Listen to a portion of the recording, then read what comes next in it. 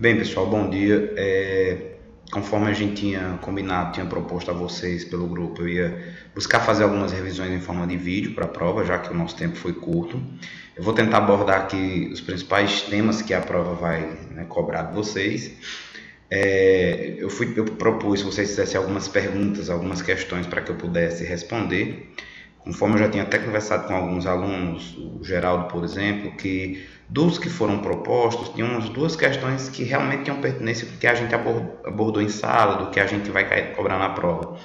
Acho que vocês me enviaram 8 questões. Então, das duas tinham pertinência, as outras falavam do conteúdo de uma forma geral, mas não tinha muita pertinência com o que a gente abordou em sala, nem o que a gente vai abordar em prova. Então, em virtude disso, eu fiz uma alteração nesse cronograma, né? Eu não vou responder todas as questões, eu vou responder as duas últimas, que são as que eu entendi que tem pertinência para a prova e para o conteúdo que a gente abordou.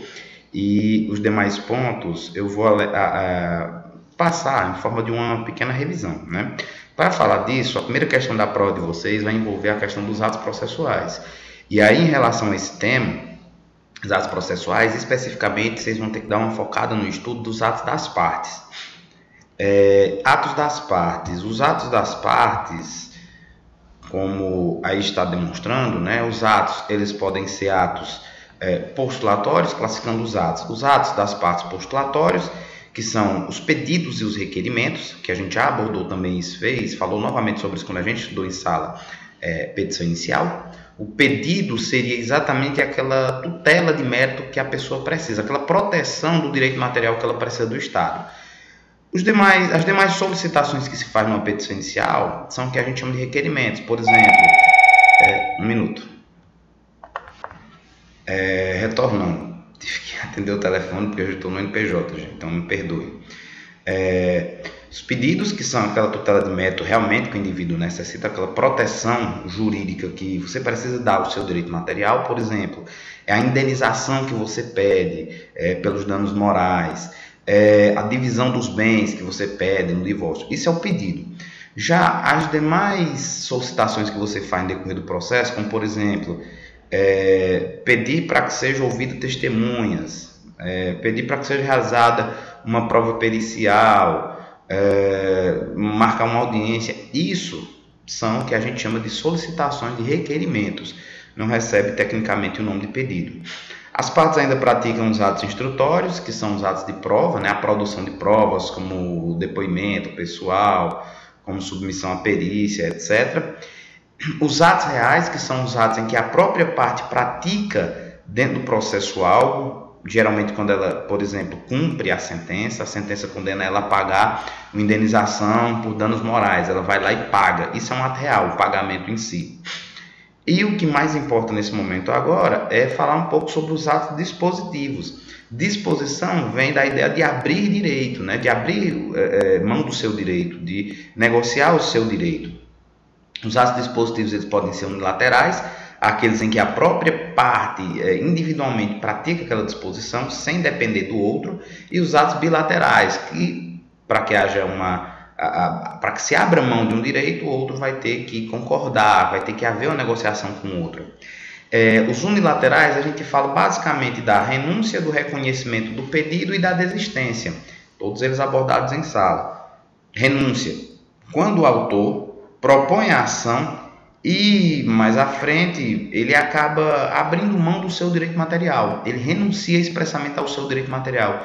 Ele deixa claro no processo, eu não quero mais esse direito material, eu abro mão desse crédito que eu tenho em favor do réu, por exemplo, contra o réu, enfim, ele abre mão do direito material.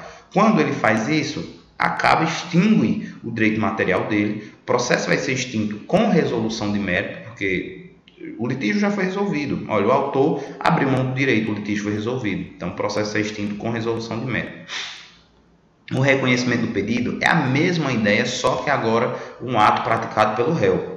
É o réu quem, depois de ser, por exemplo, citado, né, da petição inicial, toma conhecimento e aceita absolutamente tudo que o autor está cobrando. Ele não contesta nada, ele aceita tudo aquilo e ele acaba cumprindo com o direito que o autor está pleiteando. E por fim, a desistência. A desistência tanto pode ser um ato unilateral como um ato bilateral. Por quê? A gente até abordou isso em sala. Unilateral, a desistência ela vai ser... O primeiro que é a desistência. A desistência é quando o autor ele não abre mão do direito material, mas ele desiste do processo, ele não se interessa mais no andamento do processo, ele quer encerrar o processo.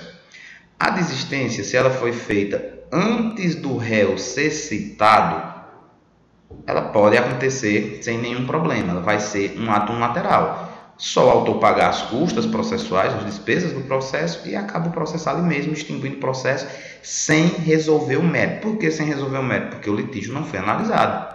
Eu entrei com minha petição inicial e depois eu acabei desistindo. Não quero mais prosseguir com esse processo. Pronto, foi só isso. Agora, se o réu já foi citado, aí é uma outra situação. Se o réu foi citado, a desistência só surtirá efeito se esse réu aceitar essa desistência. Por que isso? Porque quando ocorre a desistência, nada impede, como o processo encerra sem resolução de mérito, nada impede que o autor depois proponha nova ação contra o mesmo réu para discutir o mesmo direito. Basta ele pagar mais uma vez as despesas do processo, que não tem impedimento nenhum. Então, por isso que é necessária essa autorização do réu. Para finalizar, a gente vai falar dos negócios bilaterais, mais especificamente do negócio jurídico processual. E o que é um negócio jurídico processual? Quando as partes, dentro do processo, elas negociam as regras do processo. Isso é uma decorrência, né, no novo Código de Processo Civil, isso é uma decorrência lá do princípio da colaboração, né, do princípio da boa-fé, da cooperação, colaboração, da boa-fé. Tudo isso é decorrência desse princípio. E também da ideia de democracia dentro do processo, né? Democracia em que sentido? Poxa, dê às partes também a possibilidade de, na medida do possível, negociar as regras desse processo. Então, essa é a ideia do negócio jurídico processual. O artigo 190 diz o seguinte: versando o processo sobre direitos que admitam autocomposição, importante que se grife isso, só direitos que admitem autocomposição. Pode ser direitos disponíveis, todos os direitos disponíveis admitem autocomposição, e direitos indisponíveis. Nem todos os direitos indisponíveis eles admitem autocomposição. Alguns sim, outros não. Quais são os direitos indisponíveis? São aqueles direitos que são direitos via de regra, que não admite o indivíduo a abrir mão do direito, que não admite que o indivíduo transfira o direito para alguém. Isso é um direito inalienável, um direito intransferível. Os direitos de família, os direitos de Estado, geralmente são direitos tidos como direitos indisponíveis. Por exemplo, meu direito a ser filho de alguém, isso é um direito indisponível. Eu não posso abrir mão desse meu direito de ser filho. Não posso dizer, não quero ser mais filho do meu pai. Isso não existe, né? Então, esses são os direitos tidos como indisponíveis. Assim como os alimentos também. O direito a alimentos é um direito que você pode até não cobrar de quem te deve sustentar, né? Uma criança pode até não cobrar do pai, mas ela não tem como dizer que não quer jamais e já abrir mão do direito. Não existe isso, é um direito indisponível. Mas existem os direitos indisponíveis que podem ser negociados e os que não podem ser negociados.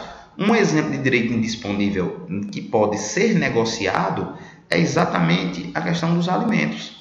Os alimentos podem ser negociados, né? O grande exemplo que a gente pode falar é a questão dos alimentos, porque eles podem ser negociados.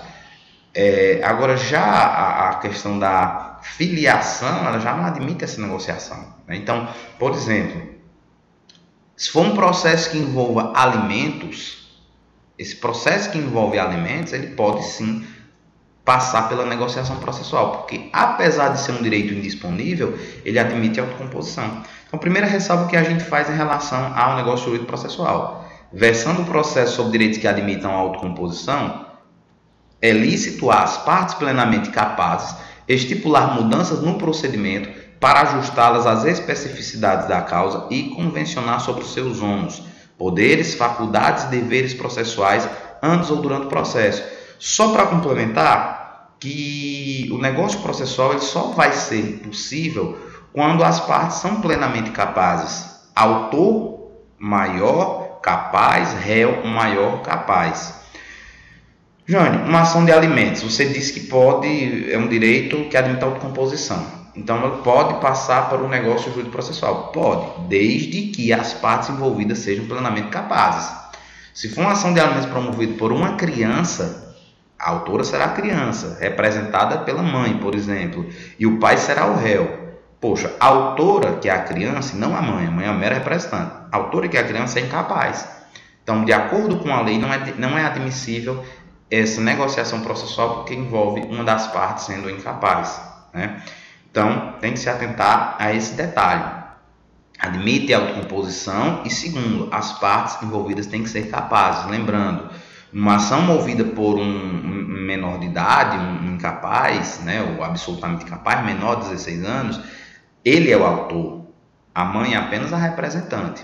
Entre 16 e 18, né, a partir de 16 menos 18, existe a incapacidade relativa pela idade. E nesse momento, a parte vai ser o adolescente e a mãe ou o pai serão, né, o assistente. Então, fiquem atentos para isso. Parágrafo único diz: de ofício ou a requerimento, prestem atenção, de ofício ou a requerimento, o juiz controlará a validade das convenções previstas neste artigo, recusando-lhe aplicações somente nos casos de nulidade ou de inserção abusiva em contrato de adesão ou em que alguma parte se encontrar em manifesta situação de vulnerabilidade.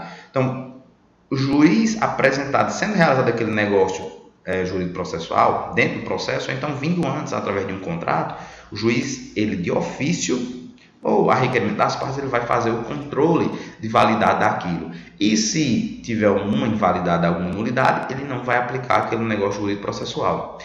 Fiquem atentos, porque eu coloquei aí embaixo para vocês, ó, enunciados. Os enunciados é N do Fórum Permanente Processualistas Civis. Eu citei vários, ó, o 6, o número 17, o 20, 132, 135, 252, 253, 254, 256, 392, 403, 411.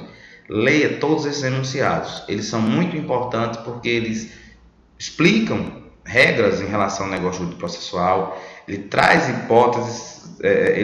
hipóteses, trazem exemplos.